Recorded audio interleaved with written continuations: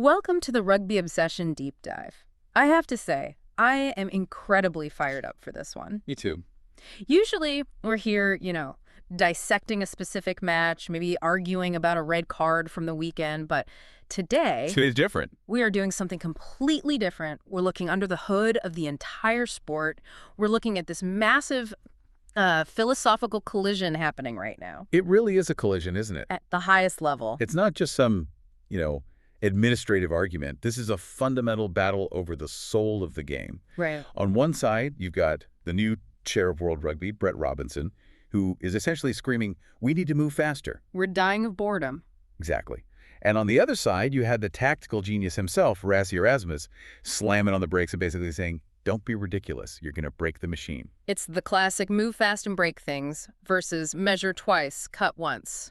And the characters couldn't be better. The administrator versus the practitioner. Exactly. But before we get into the weeds of who said what, I want to invite you, the listener, to join us. If you want to understand the why behind the whistle, you need to subscribe to Rugby Obsession right now. It's the only way to stay ahead. We don't just tell you the score, we explain the architecture of the game. So hit that button and let's get into the engine room. Let's start with the agitator then, Brett Robinson. Right. The new chair, he hasn't been in the job long and he's already throwing furniture around. What's his specific complaint? Well, the game is too slow. It was something we've heard forever. For 20 years, yeah. But his angle is about urgency. He's looking at the global sports marketplace, the NFL, the NBA, even T20 cricket. He sees these sports pivoting, adapting. And then he looks at rugby. And he sees a dinosaur. A dinosaur in terms of play on the field or decision-making? Pure decision-making. Yeah. Bureaucracy. Robinson's argument is that the current process for changing laws is, and this is his word, outdated. Outdated. He wants to trial new adaptations specifically before the 2027 World Cup in Australia. And that deadline is the crucial context, isn't it? It's everything.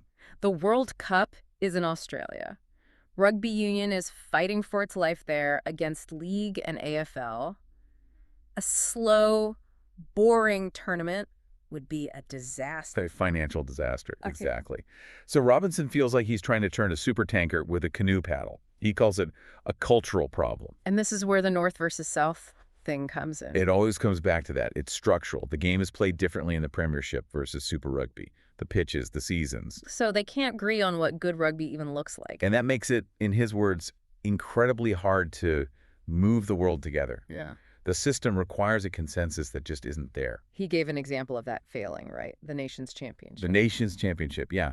The big idea for a global league, it just stalled. Why? Robinson says it was human error and just a sluggish system. Human error is a very polite way of saying incompetence, isn't it? Or just paralysis. It needed a 75% approval vote. They didn't get it.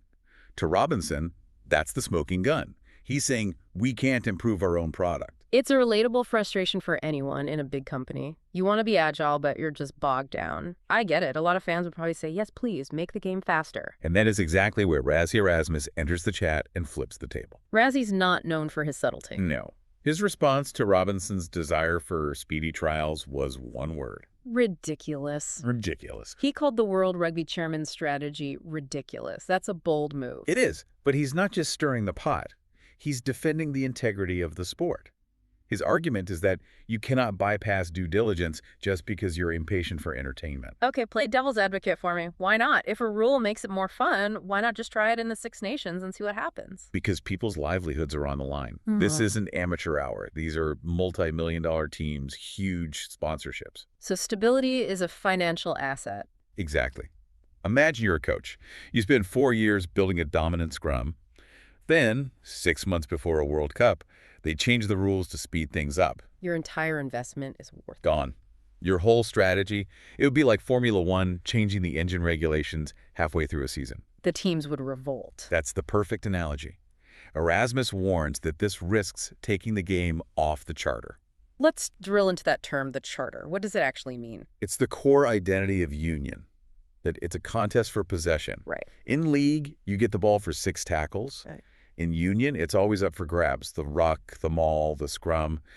Rassie's fear is that if you speed it up too much, You remove the contest. It just becomes relay races. You turn union into league. And that ties into the global calendar issue he raised, which is a logistical nightmare. Yeah, this part really struck me. The Springboks and other Southern Hemisphere teams can go 7 months without playing a test. An eternity in pro sports. It is.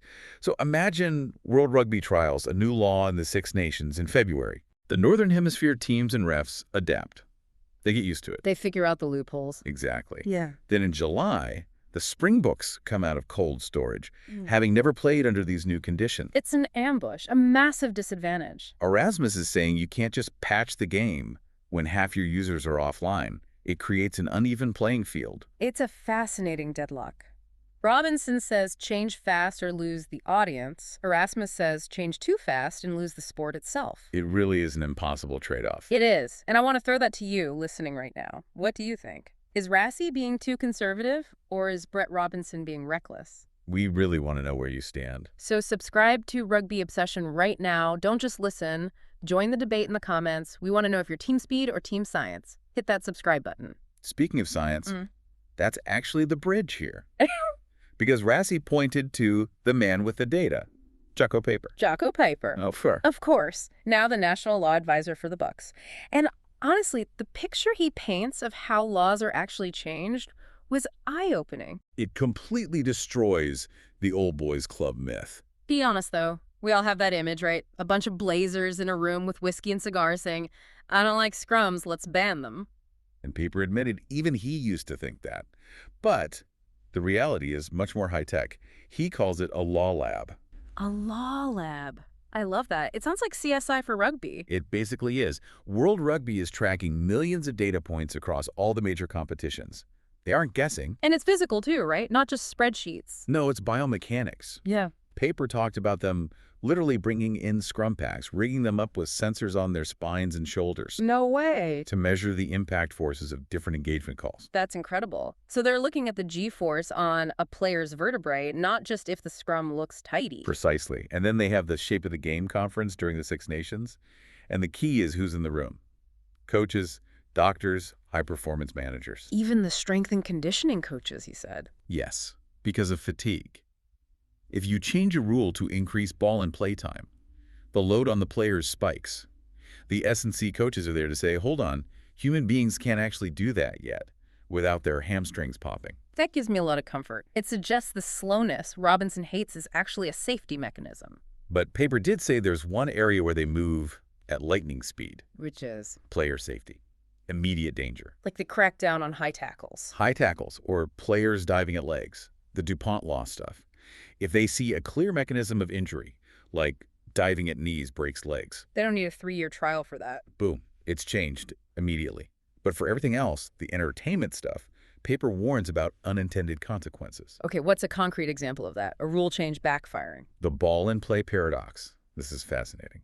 The goal is always to increase ball and play time, right? Sounds logical. More action, less standing around. But if the ball never goes out, if there are no scrums or lineouts, the players get exhausted. And the defense never has to compress. Explain that. Why does the defense compress? Well, a scrum sucks all 8 forwards into one tiny spot on the field, which leaves massive space out wide for the backs to attack. Right. The forwards are in the knot, so the wingers have room to dance. Exactly.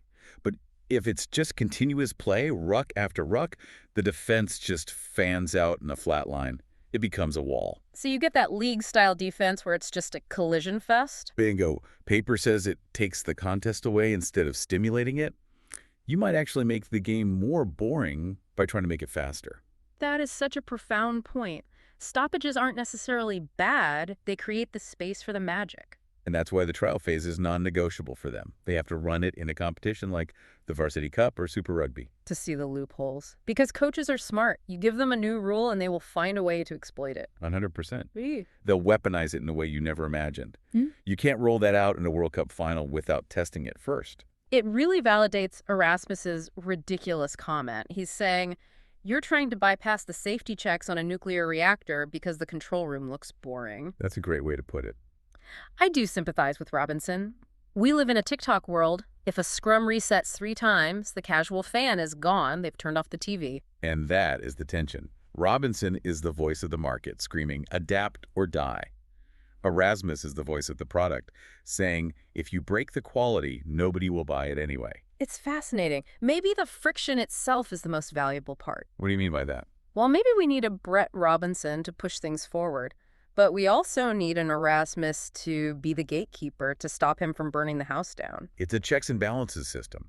If a law can survive Robinson's push for speed and Erasmus's demand for diligence. Then it's probably a damn good law. It's Darwinian evolution for rule books. And Peyper did say the communication is getting better. The suits and the tracksuits are actually talking to each other now. So maybe the cultural problem is already being fixed just by having better conversations. We can hope. Yeah. Because everyone wants the game to thrive. They just disagree on the timeline. So, to bring it all together, we have a new chairman who wants to cut the red tape before 2027. We have a World Cup winning coach who says that's reckless. And in the middle, we have the law labs with censors and scientists. It's a lot more complicated than the ref blew the whistle too much. It certainly is, and that's why we're obsessed with this game. As we look towards 2027, this battle in the boardroom is going to be just as important as anything on the pitch. Absolutely. I want to leave you with a thought. We talked about that North versus South divide making it hard to agree.